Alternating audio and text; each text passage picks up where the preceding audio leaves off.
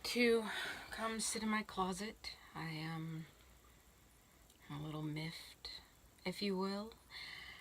I sometimes go and pick my 8-year-old up from school. She often walks with friends because she doesn't want to walk with mom. So I went and I met her today, and so she has this machine. It's like a toy, but it basically, you put these markers in it and it sprays marker, and she has things basically to give herself a temporary tattoo.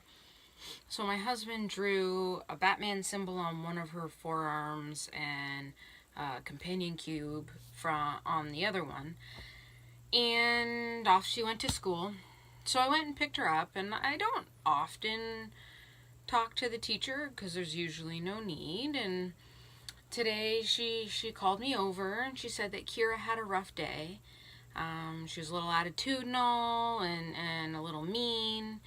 And let me preempt this by saying that Kira's teacher is quite a bit older, especially older than myself, but she's quite a bit older. And she proceeded to say that the reason that Kira was over the top today and not very nice to her friends today was because of these tattoos on her arms. Well, it must be because those things drawn on her arm. That was the statement to me. Must be because of those things drawn on her arm.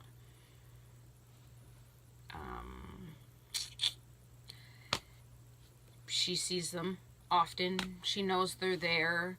I'm not entirely sure what reaction she assumed I was going to have. In no way does a tattoo make you an aggressive person. People of specific personality types aren't the ones that get tattoos. I was pretty miffed by the statement. I mean, I'm obviously not going to go to the school and make anything of it. It'd just be silly. But really? You know I have them. You know my husband has them. We have very similar tattoos in the same spot. And yet, that's what you say to me, looking for some sort of help or reaction. And I wasn't really sure what to say, so I just kind of went, maybe she's overtired. I just don't know where this whole thing about tattoos or anything different, like I have half my head shaved and I wear nerdy T-shirts all the time. Like, this is my favorite Yoshi T-shirt, and I didn't think that it was uncommon anymore.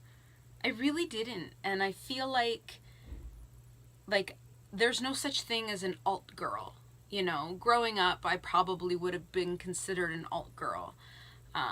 Especially middle school, it became a little more norm getting into high school, but even then there weren't a lot of us. And I just didn't think that it was uncommon anymore, and yet here I am talking to a woman. I would guess she's in her 60s, to be honest, and so are my parents. But I mean, maybe my parents are more open-minded. I wouldn't think so, but to say that to someone, knowing that they have those tattoos, and knowing that, you know, that they obviously enjoy that lifestyle, their look. I don't know what reaction she was hoping to garner with that. And more so than that, I personally have a bit of an aggressive personality. I'm a mouthpiece, and I know that. And you know, the tattoos can go along with that, I guess, but I don't act that way at her school. I mean, I'm the ultimate mama bear. If something happened, I'm coming at you, teeth just, just flashing my teeth at you. But I'm not aggressive. Like, they don't know that at the school. I wouldn't go in like that because I wouldn't want it to affect my child. But then you start to think, is it affecting my child? Is that teacher seeing me with these tattoos and this hairstyle and these T-shirts?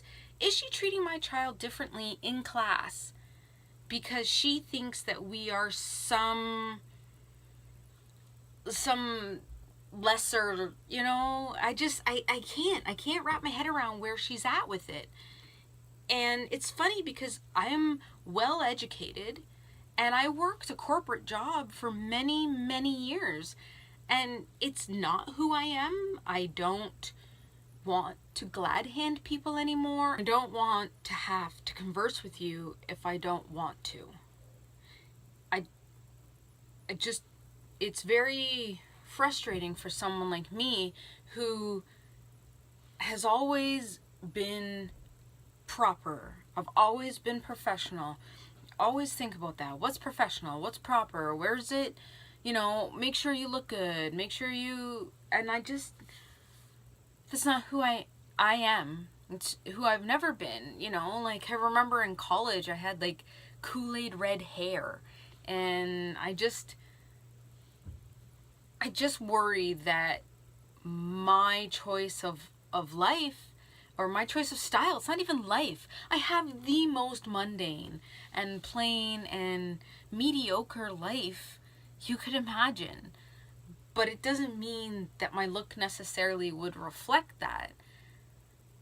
And even if I dressed up in my stilettos and my pencil skirts and my suit jackets like I used to, that didn't reflect it either. That didn't reflect who I was. And I mean, there's definitely something to be said for the power suit. You do feel powerful in it. You do feel like you can take on the world.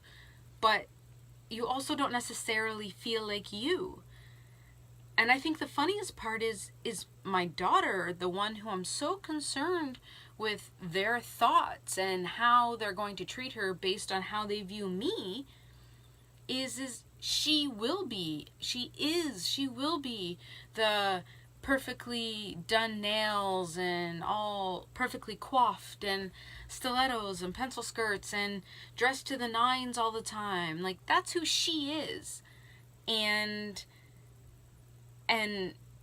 yet I begat her. She's mine. Her, you know, her personality is a lot like me, and we're quite similar. And she's as proper and princessy and whatever else that they could be. She asked me to do her nails and I don't even know how. Like, I'm as, you know, I can't believe that came out of that teacher's mouth, and that even someone in their 60s would still feel that way or think that way.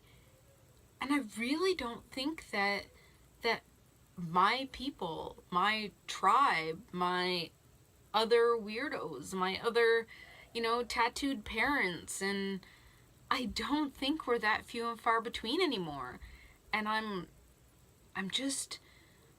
still a little miffed, clearly, and I needed to come sit in here and calm down, because I always worry that my life choices, and it's something as simple as a Yoshi shirt, could really affect my child like that. I just, you know, I hope not. I hope not. I hope they take my child on her merit, on the performance she gives. I hope.